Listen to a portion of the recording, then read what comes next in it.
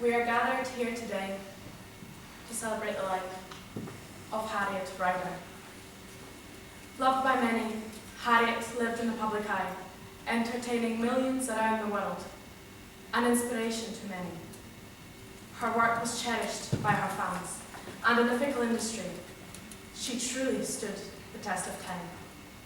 She was a remarkable woman, an example to us all. I just can't believe it, you know?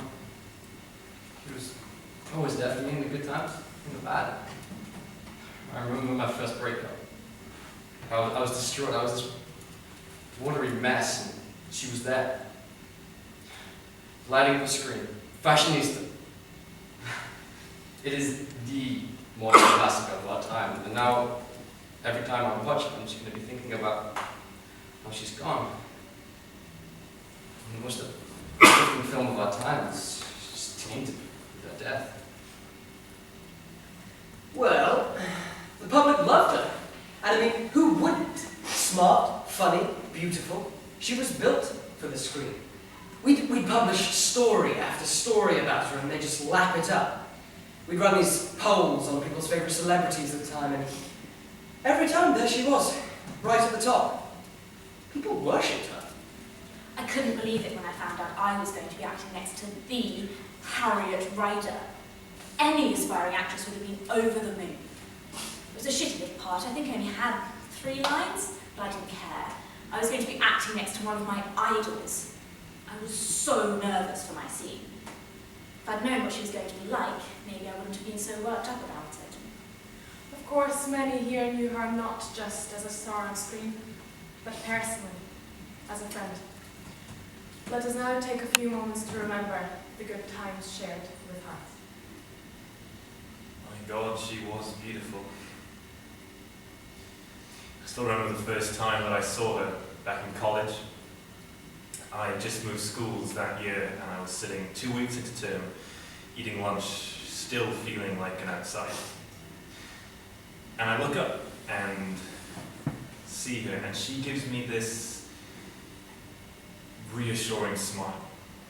And suddenly I felt at home.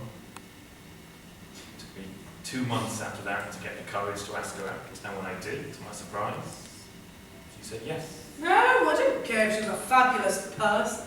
She was a truly repulsive actress. Wooden, unengaging. Every time she appeared on screen, I felt deflated.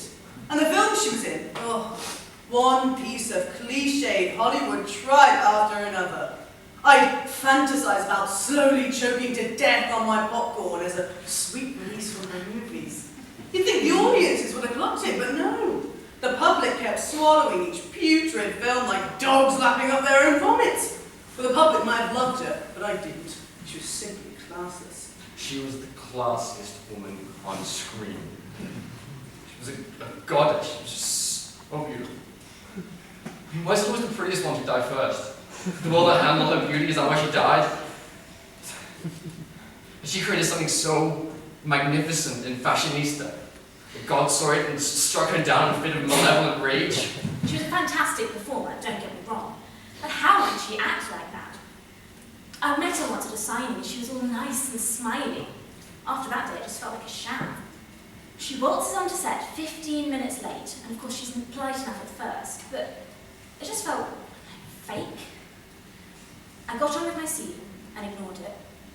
But then I fluffed my second line and she just gave me this look. I wanted the ground to swallow me up. She was also loved for her charity work, receiving an MBE for services to those less fortunate than her. Yes, the charity work. People loved her for the charity work. The marathons, the bike rides. Come on now. What really made the people love her was the tits. You know? Always helps when someone has a fantastic pair of knockers to really draw people in. Oh, no, she never got them out. No, nothing like that. No, she was a highbrow bird, but she knew how to work them. Low-cut top here, cheeky bit of side boob there, just enough to keep all eyes on her, if you know what I mean. Oh, and then it was her love life. People loved to hear who she loved. just did so much. For so many. I mean, she was so beautiful and so kind, so dead. But throughout it all, her family remained such an important part in her life. We were married 2 years later, and we had our daughter during her second major film. To be honest, I quite liked LA to begin with. It was all very flash and novel, but then it started to taint things. We had 8 good years, and then her career took off. She became more and more successful, and I just became more and more redundant. I mean, there were all these better men, these cooler men with whiter smiles and straighter hair, you know, golden fucking Adonises. To be fair, some of her early work was competent, but her career quickly became a slow-motion train wreck. Calling her an actress was an insult to anyone who graced the screen. She was a lassie, a performing bitch who knew a few neat tricks, a professional celebrity and nothing more. Every now and then she'd churn out another piece of poorly shot garbage to keep her appearance up, but she never truly acted. I do understand the game, of course. You've got to do press tours and the interviews to get people interested in your films. But it was as if she did the movies as publicity for her wild social life than the real way around. I mean, how can any normal man compete with all that? You know, I mean, you know, I remember that night she came home, tears streaming, 1:37, and that was the night that she first admitted that she had cheated on me. Some Hollywood heartthrob had stolen her affections, and any film they were doing that night wasn't for general release, I can tell you. But I was just the first in a long line of men better than me. Shame her daughter didn't want to follow in her mother's footsteps. The public already had a vested interest in her because of her mother, and she had all the right assets, if you know what I mean. Could have been a real winner, that one. And so, we take this opportunity to commit our beloved Harriet to God. 2 takes later, and the makeup boy gets powder in her eye. She storms off, screaming and yelling. I mean, who does that? Our daughter had to watch man after man traipsing in and out of her life. And even when she was sleeping with one, she was eyeing up the next one to run off with.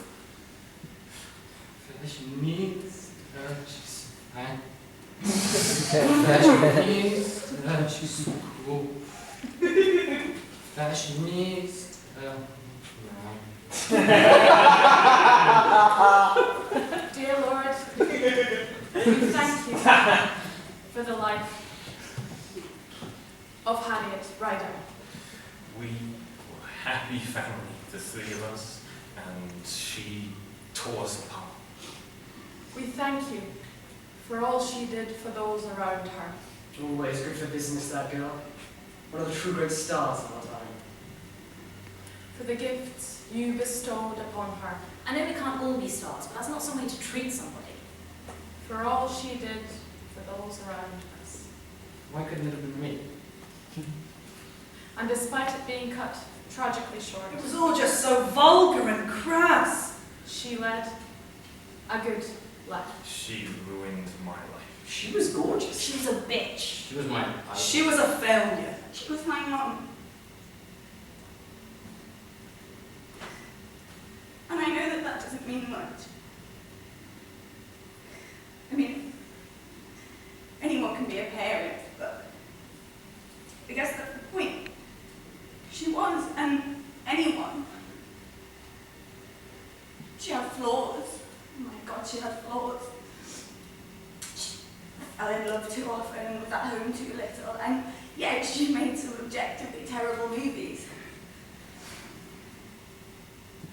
But she loved me, and she cared about me.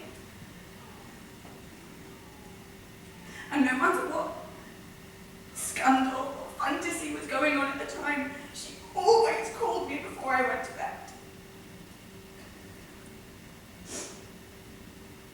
Everybody sees her on the screen and expects her to be better, to be infallible, to be more than a person, and she wasn't.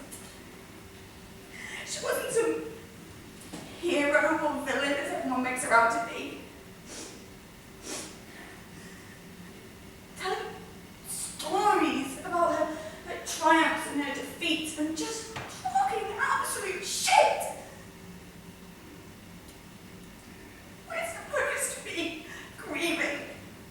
We're supposed to be paying our respects and mourning. And what is everyone doing?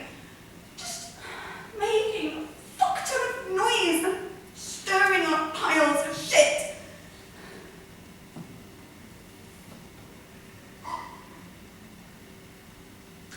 I just want to be left in the quiet.